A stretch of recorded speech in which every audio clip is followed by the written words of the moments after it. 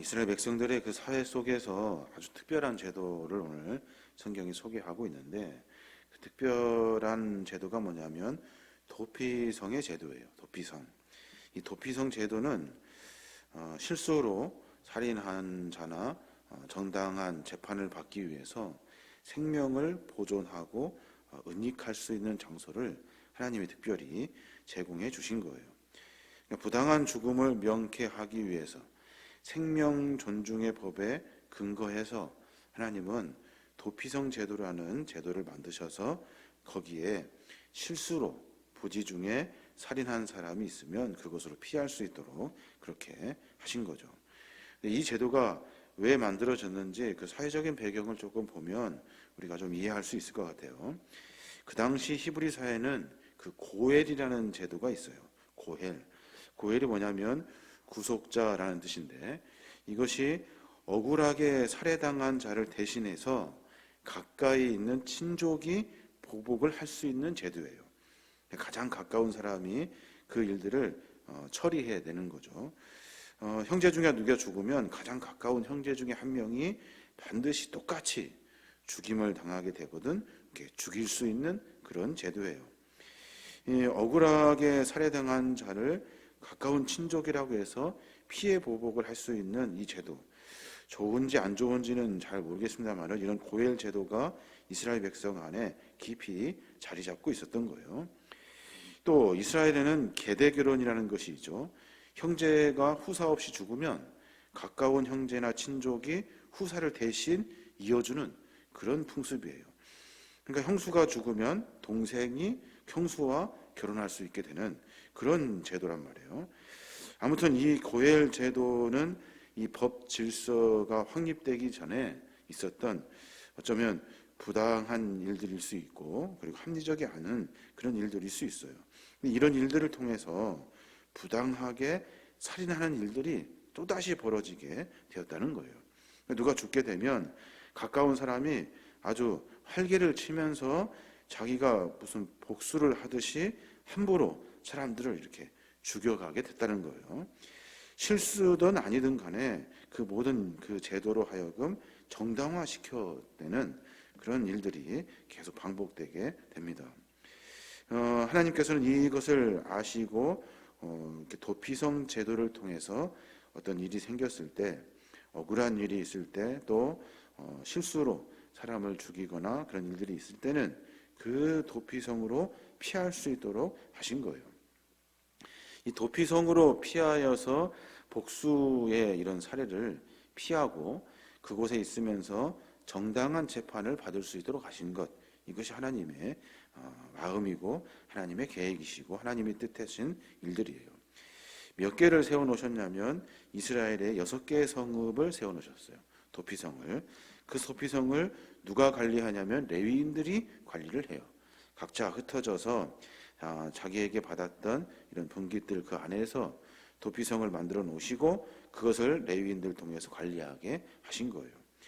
보면은 요단 서편에 3개, 동편에 3개 이렇게 정해졌어요. 그러니까 거리상으로 보면 어느 지역에 있든지 간에 반나절 거리에서 그 성읍에 도착할 수 있도록 그렇게 하나님이 만들어 놓으신 거죠. 이 도피성 제도를 신약으로 넘어와서 이 제도를 어떻게 우리가 신약의 관점에서 바라봐야 할 것인가 하는 것이 오늘 굉장히 중요한 의미가 될 텐데, 이 도피성은 그리스도의 사역을 예표해요. 예수 그리스도의 사역을 하나님께서 먼저 구약의 도피성의 제도를 통해서 보여주신 거예요. 이 도피성 제도를 통해서 이 예수 그리스도의 구속작적 그 교훈을 우리가 배울 수 있게 되죠. 몇 가지 조금 더 고민해 보면, 하나는 뭐냐면 오로지 그리스도 통해서만 생명의 구원을 얻을 수 있어요. 주님을 통해서만 생명을 얻을 수 있다고요. 어디로 가야 돼요? 주님에게로 가야 돼요. 생명을 얻으려면 그 당시에는 어디로 가야 돼요? 도피성으로 가야 하는 거예요. 마찬가지로 우리가 그리스도를 통해서만 생명을 얻을 수 있게 되는 거예요. 어제 본문인데 11절에 보면 너희를 위하여 성읍들을 도피성으로 정하여 부지 중에 살인한 자가 그리로 피하게 하라 그랬어요. 피하면 살 수 있는 거예요. 실수로 살인한 자가 피하면 살 수 있도록 하신 거예요. 오늘 25절입니까? 25절에도 그러죠. 피를 보복하는 자의 손에서 살인자를 건져내어 그가 피하였던 도피성으로 돌려보낼 것이요, 그는 거룩한 기름 부음 받은 대제사장이 죽기까지 거기 거주할 것이니라 그래요. 그러니까 우발적으로 부지 중에 살인하여 죄를 지은 사람이 살 수 있는 유일한 길은 도피성으로 피하는 것. 우리가 많은 실수를 통해서 죄를 짓게 되는데 우리가 생명을 얻을 수 있는 유일한 길은 주님에게로 가는 거예요. 그래야 우리가 살 수 있는 거예요. 또 하나, 구원자 되시는 그리스도는 항상 우리와 가까이 있어요. 아까 말씀드린 것처럼 도피성은 전역에 6개의 성이 있죠. 이 선역은 어느 곳에 있든지 간에 반나절 거리에서 갈 수 있는 거리예요. 그러니까 우리가 살 수 있는 길이 너무나 쉽게 열려져 있는 거예요. 구원자 되시는 그리스도는 멀리 있는 것이 아니라 가까이 계셔요. 그러니까 내가 마음 먹고 주님에게로 가까이 가고자 하면, 그러면 우리는 살 수 있도록 하신 것이 하나님의 은혜예요. 계시록의 3장에 보면 그래서 그렇게 말씀하시는 거예요. 볼지어다 내가 문 밖에서 서서 두드리노니 누구든지 내 음성을 듣고 문을 열면 내가 그에게로 들어가 그로 더불어 먹고 그는 나로 더불어 먹으리라 그래요. 주님이 문 밖에서 이미 서서 두드리고 계셔요. 금방 우리가 문만 열면 그리스도 되신 주님을, 내 생명을 건질 수 있는 구원자 되신 주님을 너무나도 가까이 만날 수 있게 되는 거예요. 또 하나 생각해 보게 되는데, 복음에는요, 구원에는 차별이 없어요. 이스라엘 백성들의 아주 특이한 특징이 뭐예요? 선민의식이에요. 우리만 하나님의 선택을 받았다는 거죠. 이방인들에 대한 아주 타협적이지 않고 배타적인 이런 모습들이 있어요. 절대 그들과는 같이 하지 않아요. 어제 본문인데 15절에 보면 그래요. 이 6 성읍은 이스라엘 자손과 타국인과 이스라엘 중에 거류하는 자의 도피성이 되리니 부지 중에 살인한 모든 자가 그리로 도피할 수 있느니라 그래요. 이스라엘 백성 니네만 가라 한 것이 아니라 이스라엘 자손도 타국인도 이스라엘 중에 거류하는 모든 자도 누구든지 열려있는 것이 복음의 은혜라는 거예요. 그 복음에는 그래서 차별이 없는 거예요. 사도 바울도 똑같은 이야기를 로마서 10장에 하잖아요. 유대인이나 헬라인이나 차별이 없음이라 한 주께 모든 사람의 주가 되사 저를 부르는 모든 사람에게 부요하게 하시도다 그래요. 너희들 틀렸다는 거예요. 니네만 구원받고 니네만 하나님의 사람이라고 생각하는 것 아니라는 거죠. 유대인, 헬라인 차별이 없다는 거예요. 누구에게나 열려있는 것이 복음이다 하는 거죠.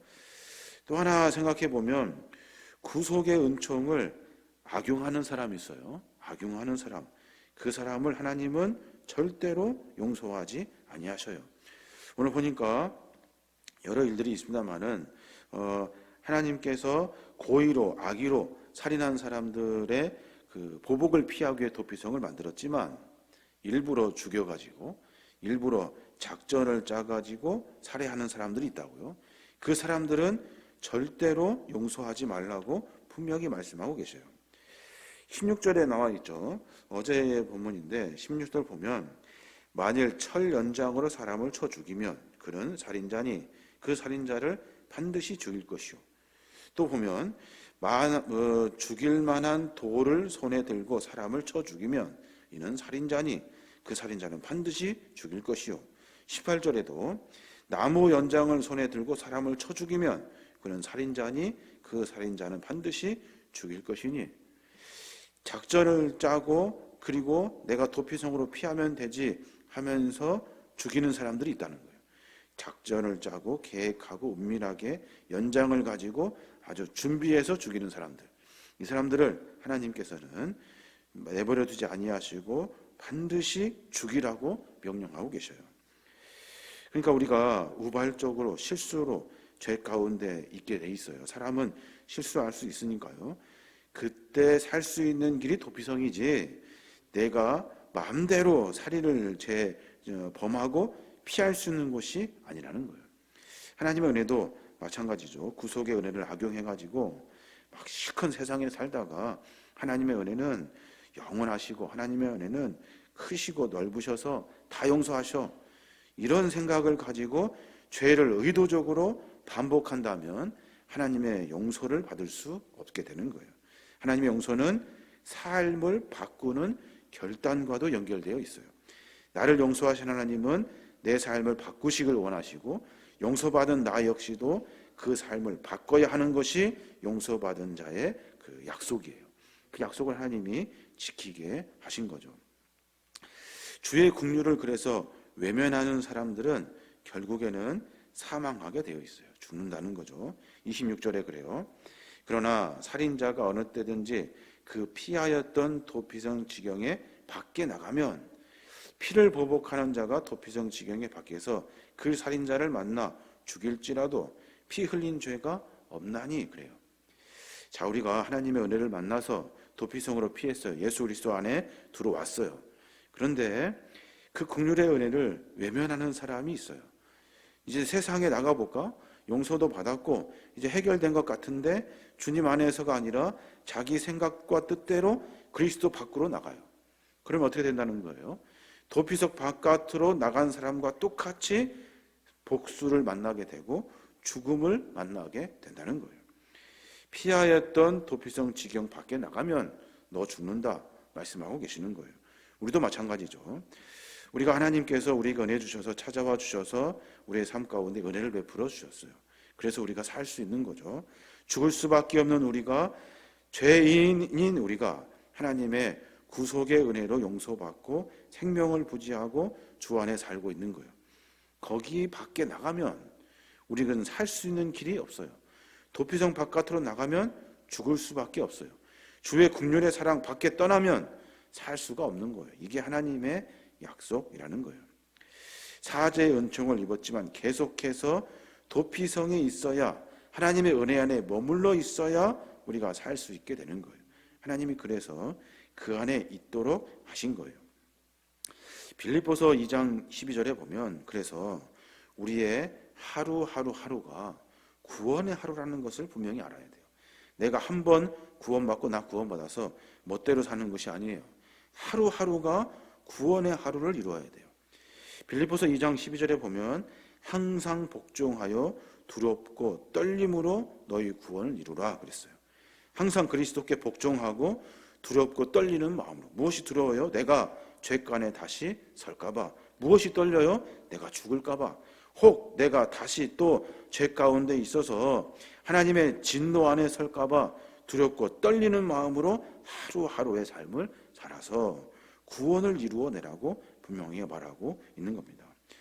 오늘 도피성 제도를 우리가 깊이 묵상하면서 그런 일이 있었는가 보다 하고 넘어갈 일이 아니에요. 우리가 예수 그리스도를 통해서 그의 품 안에 피하는 죄인들이에요. 그 죄인들이 주 안에 있을 때 생명을 부지할 수 있는 거예요. 실수로 우리가 죄를 짓게 되고 원죄라는 것도 있기 때문에 죄로 말미암아 죽을 수밖에 없어요. 살 수 있는 길을 예수 그리스도의 십자가의 사랑으로 열어놓으신 거예요. 그 은혜를 우리가 만나게 되는 거죠. 우리의 영원한 반석이시고 산성이신 주님, 그 주님 안에 피할 수 있는, 우리가 삶 속에서 그 안에 있음으로 말미암아 생명을 부지할 수 있게 되는 겁니다. 세상에 많은 사람들은 잠깐 없어지면 썩어져 버릴 재물들, 명예들, 허탄한 철학들, 세상의 지혜들, 이런 것들로 도피처를 삼고 살죠. 거기에 위안을 받아요. 그리스도인들은 그것 가지고는 살 수 없어요. 그것으로는 사는 것이 아니에요. 어디로 가야 합니까? 영원한 도피처가 되시는 주님 품에 안겨야 하는 거예요. 그 품에 있을 때 우리가 가장 안전한 피난처요 도피성이신 예수 그리스도를 통해서 생명의 은혜를 만날 수 있게 되는 겁니다. 오늘 하루 가운데 그런 고백이 있었으면 좋겠습니다. 우리는 세상에 살고 있습니다. 이런 여러 가지 일들 속에서 죄악의 일들을 자꾸 만나요. 그 안에서 가만히 있으면 어디로 갈까요? 죄악 속으로 빠져들게 되어 있어요. 왜냐하면 우리는 이미 세상의 죄악 속에 살고 있기 때문에 그래요. 그래서 몸부림쳐야 하는 거예요. 자꾸 자꾸 주님 안에 거하려고, 자꾸 주님과 함께 하려고, 주님의 도피성으로 피하려고 몸부림을 쳐야 하는 거예요. 자꾸 벗어나려고 해야 하는 것이 신앙의 삶의 모습이에요. 항상 그리스도께 복종하고 두렵고 떨리는 마음으로 하루하루 몸부림치며 살아야 하는 거예요. 내버려 두면, 조금만 느슨해지면 우리는 금방 도피성에서 벗어나 버리고 마는, 생명을 잃어버리게 되는 그런 연약한 존재라는 것을 분명히 알아야 하는 겁니다. 오늘 하루 가운데 주님, 제발 부탁입니다. 내가 삶 속에 그냥 흩어지지 않도록, 쓸려가지 않도록 내 안에 깨닫게 하셔서 몸부림칠 수 있는 힘을 주십시오. 용기를 주십시오. 이게 우리의 고백이 되어야 하는 겁니다. 이런 고백으로 말미암아 주님 안에서 영원한 생명을 얻어서 우리의 구원을 이루어야 될 줄로 믿습니다. 귀한 구원을 이루어 가시는 거룩한 믿음의 종들 되시길 주님의 이름으로 축원합니다.